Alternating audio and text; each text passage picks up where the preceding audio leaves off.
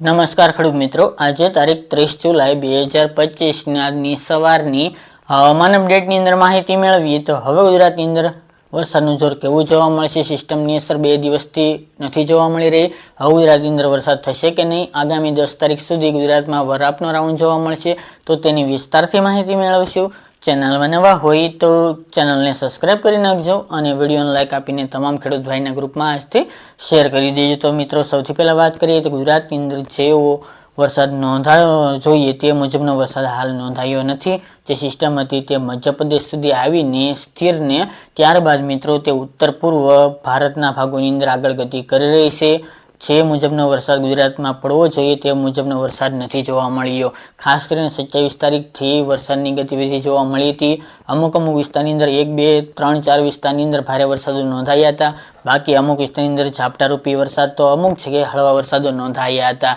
પરંતુ ત્યારબાદ 28 અને ગઈકાલે 29 2 દિવસ દરમિયાન ગુજરાતમાં વરસાદની ગતિવિધિ સાવ મંદ જોવા મળી છે.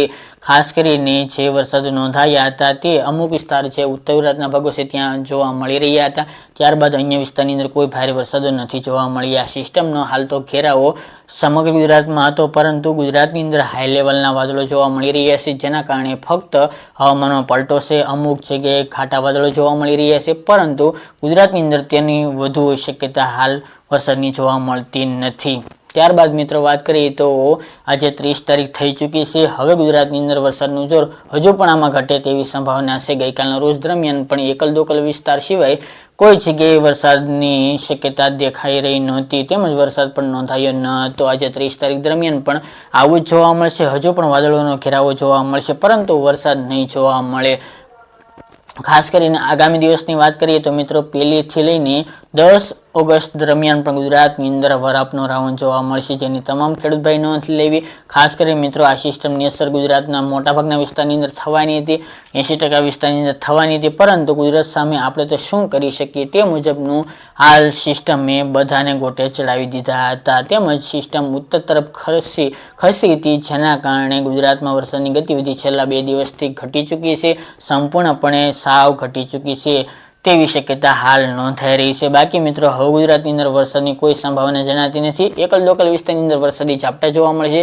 બાકી મિત્રો હવામાનમાં પલટો જોવા મળશે. તે સિવાય ગુજરાતની અંદર હવે કોઈ ભારે વરસાદ કે અતિ ભારે વરસાદ થાય તેવી કોઈ શક્યતા જણાઈ રહી નથી. એકલ લોકલ વિસ્તારની અંદર ઝાપટારૂપી વરસાદ નોંધાશે. તેમજ હજુ મિત્રો 2 દિવસ દરમિયાન સિસ્ટમની અસર છે, જેના કારણે હાઈ લેવલના વાદળો જોવા મળે તેવી હાલ સંભાવનાઓ રહેલી છે. બાકી વરસાદની કોઈ હમણાં સંભાવના જણાતી નથી. તેમજ આમ જોવા જઈએ તો 7મ 8મ સુધી ગુજરાતની અંદર સારા વરસાદો થાય તેવી કોઈ શક્યતા નથી. હવે સિસ્ટમ બનશે તેવું પર જોવાનું રહ્યું. બાકી હમણાં 10 તારીખ સુધી કોઈ સિસ્ટમ બને અરબી સમુદ્ર કે બંગાળની ખાડીમાં તેવી કોઈ સંભાવના જણાતી નથી. આ રાઉન્ડની અંદર મોટાભાગના વિસ્તારની અંદર વરસાદ નથી જોવા મળ્યો. હા, હવામાનમાં પલટો અચૂકપણે જોવા મળ્યો હતો, પરંતુ જે મુજબનો વરસાદ પડવો જોઈએ તે મુજબનો હાલ સિસ્ટમ વિરુદ્ધ દિશામાં ચાલી છે, જેના કારણે નથી જોવા મળી રહ્યો.